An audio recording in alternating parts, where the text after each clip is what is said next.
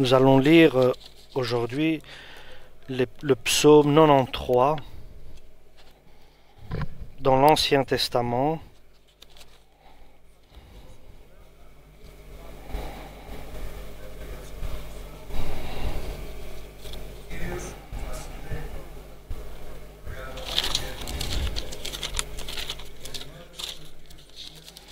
Donc 93, nous allons lire le chapitre dans les psaumes. Le Seigneur est roi, drapé de majesté comme d'un vêtement, entouré de force comme d'une ceinture.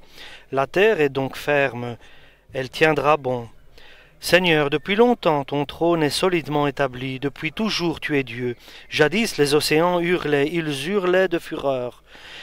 Ils peuvent bien hurler encore, car dominant le bruit des flots et les fracas des grosses vagues, là-haut tu en imposes à tous, Seigneur. Tes commandements sont parfaitement sûrs. Le temple est la maison qui t'est réservée, Seigneur, tant que le monde durera. Amen. Le Seigneur est roi. Vraiment, certainement, le Seigneur Jésus-Christ est le roi des rois et le Seigneur des seigneurs. À Jésus lui a été donné le pouvoir sur la terre et dans les cieux. C'est lui qui tient les clés de la vie et de la mort. C'est lui qui est le juge éternel. Alléluia. La question est la suivante, chers frères et sœurs. Il règne sur qui? Il est le roi de qui? Et deuxièmement, comment règne-t-il? Il est roi. Il est roi. Il a été établi par son Père. Il a été un. Il a été sacré roi. Mais il règne sur qui? Parce que il lui a été donné un nom au-dessus de tous les noms, et nous savons que plus tard, toute langue va confesser et tout genou va se plier devant Jésus-Christ. Maintenant, il y a une invitation de la part du roi, du Seigneur. Venez vers moi, vous tous qui êtes fatigués et chargés, et moi je vais vous donner le repos. Je vais vous soulager.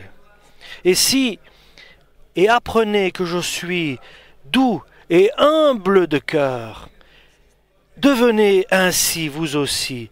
Et non seulement je vais vous donner la paix et le repos, mais dans votre âme aussi vous aurez ma paix. Donc aujourd'hui, chers frères et sœurs, il y a une invitation, un appel. Aujourd'hui, si vous entendez la voix du Saint-Esprit, n'endurcissez pas votre cœur. Donnez de l'écoute à ces paroles divines, comme le peuple d'Israël qui a endurci ses oreilles, qui n'a pas voulu écouter les paroles du Dieu vivant. Alléluia. Et qui s'est égaré du droit chemin et qui a laissé ses os, ses membres dans le désert. Et il n'est pas rentré dans la terre promise à Canaan. Aujourd'hui donc, chers frères et sœurs, cette invitation, aujourd'hui qu'il y a la paix, aujourd'hui dont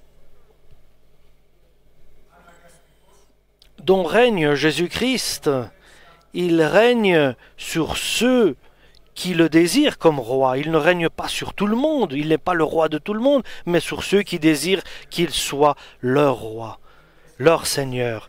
Et la question est la suivante. Est-ce qu'il règne sur toi? Est-ce qu'il est ton Seigneur? Est-ce qu'il est ton roi? Est-ce qu'il est mon roi? Et comment règne-t-il dans ma vie? Il est sacré roi, mais ce qui est demandé aujourd'hui, c'est ce que toi, tu l'acceptes comme roi pour toi. Est-ce qu'il règne sur ta vie? Est-ce qu'il est ton Seigneur? Parce qu'il est roi. Il est le Seigneur et il a le pouvoir. Et le roi a ce pouvoir de la vie et de la mort. Nous savons cela. Jésus-Christ. Puisque tu acceptes sa royauté et qu'il règne sur toi, alors cela veut dire que tu reconnais que tu es son serviteur. que tu es son sujet, que tu lui appartiens, que tu es à lui et que tu renies ta liberté personnelle, tu abandonnes ta liberté personnelle qui proviennent des désirs personnels et des convoitises de ton cœur. C'est-à-dire, tu reconnais que tu abandonnes ta propre personne, tu t'abandonnes à lui et tu prends ta croix du sacrifice, tu prends ta croix et tu suis Jésus-Christ. Seulement Jésus-Christ. Et tu crois que lui, et tu l'adores, tu le vénères. Alléluia, c'est à lui que tu obéis et tu le suis et tu aimes ton Seigneur et ton Dieu. Alléluia. Et tu es totalement indépendant de lui. Tu es totalement dépendant de lui. Et cela n'est pas facile, n'est pas simple de se renier soi-même, renier ses avis, ses volontés, ses désirs, renier même ses opinions, renier ses opinions et ses avis, et retourner son regard, son visage, avec une totale vers Jésus-Christ et ses paroles.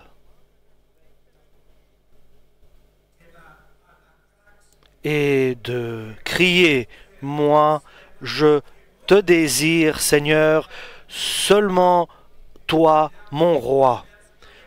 Tu es mon roi, le roi de ma famille, le roi de chaque détail de ma vie. Alléluia. C'est une décision de mort. C'est une décision de vie. Alléluia. Mais il faut d'abord mourir, s'abandonner pour être livré à Jésus-Christ. Et les rivières vont crier.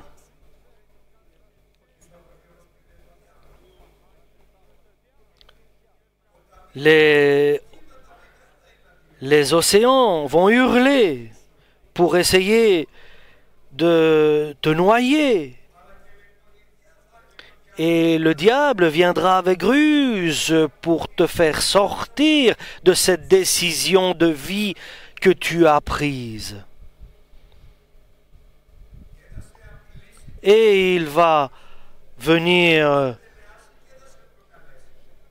t'influencer et il va essayer de te tromper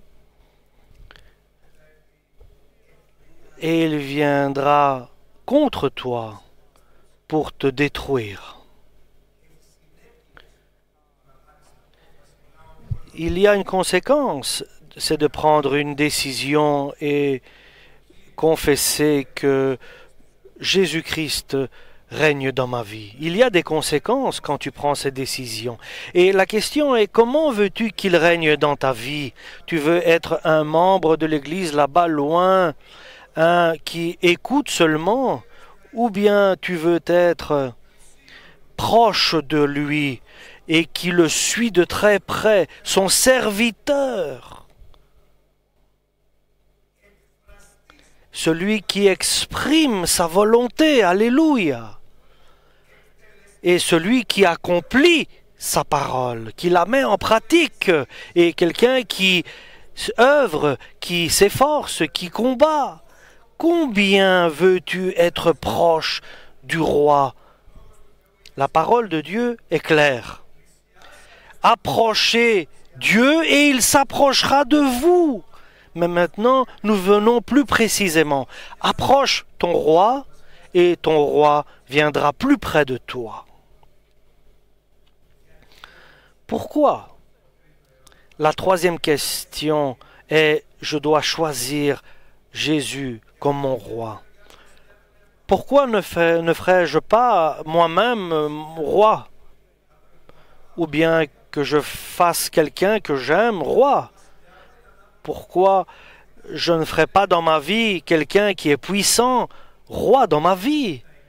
Pourquoi dois-je choisir Jésus comme roi, comme mon roi? Est-ce que c'est un choix sage et intelligent? Voilà la question. Qu'est-ce que je vais bénéficier? Quel va être mon avantage qu'il soit mon roi?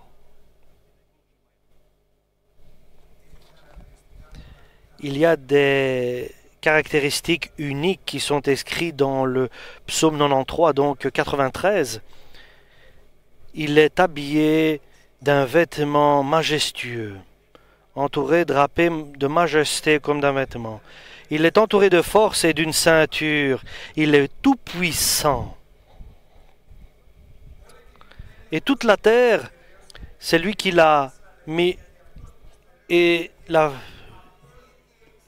il la tient entre ses mains. Parce qu'il a tout le pouvoir.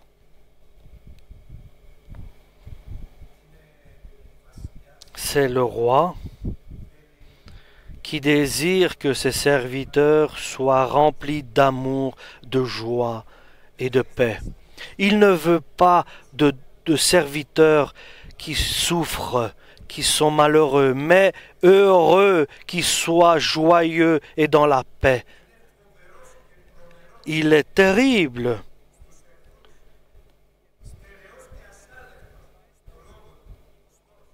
Il est terrible contre ses ennemis, mais il est vainqueur avec les siens. Il a des caractéristiques. Si tu es son serviteur proche, tu seras avec lui. Tu pourras bénéficier de ce qu'il a. Tu prendras de sa gloire. Il te donnera sa force.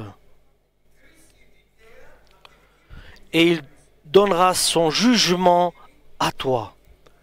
Et il te donnera sa joie. Et terrible est le peuple ou bien la personne qui se tient avec respect et dignité devant Dieu. Terrible sera la bénédiction. Grande sera la bénédiction, pardon. Et cela proviendra de sa fidélité à Dieu. Il veut que tu sois fidèle à lui, mais d'abord, lui, il sera fidèle à toi. Il veut que tu sois digne de foi à lui. Lui va être digne de foi en toi, à toi. Une totale relation. Et à la fin, c'est celui qui nous fait toujours être vainqueurs par Jésus-Christ. Donc, une vie de gloire, de puissance, de gouvernance et ferme, une foi ferme, digne et juste, et une foi victorieuse. C'est pour cela que Dieu a envoyé Jésus-Christ, ton Dieu, pour qu'il te fasse que tu sois qu'il soit ton roi. Et nous allons régner avec lui, co-régner au siècle des siècles. Si tu décides aujourd'hui de faire que Jésus-Christ est totalement ton monarque, personne d'autre, qu'il soit ton roi unique, c'est une promesse à Dieu que tu fais et que Dieu te promet que tu seras pas seulement maintenant un roi, mais tu seras sacré prêtre pour les siècles des siècles. Et tu vas régner sur toutes les forces célestes. Tu seras semblable à Jésus qui est l'image du Dieu vivant. Alléluia. Tu verras Jésus face à face. Il ne sera pas un Dieu éloigné. Si aujourd'hui, si tu prends la décision d'être avec lui Et bien sûr, la parole de Dieu nous dit, le Seigneur est mon pasteur, je ne manquerai de rien. Je serai en manque de rien. Celui qui a Jésus comme pasteur et que le pasteur prend soin de lui, il ne manque de rien. Et même s'il traverse des moments de difficulté, mais Dieu trouve la manière de libérer ceux qui sont sincères et humbles. Oui, le Seigneur est mon pasteur, mais veux-tu qu'il soit ton Seigneur personnel? Amen. Oui, nous répondons Amen. Oui, nous désirons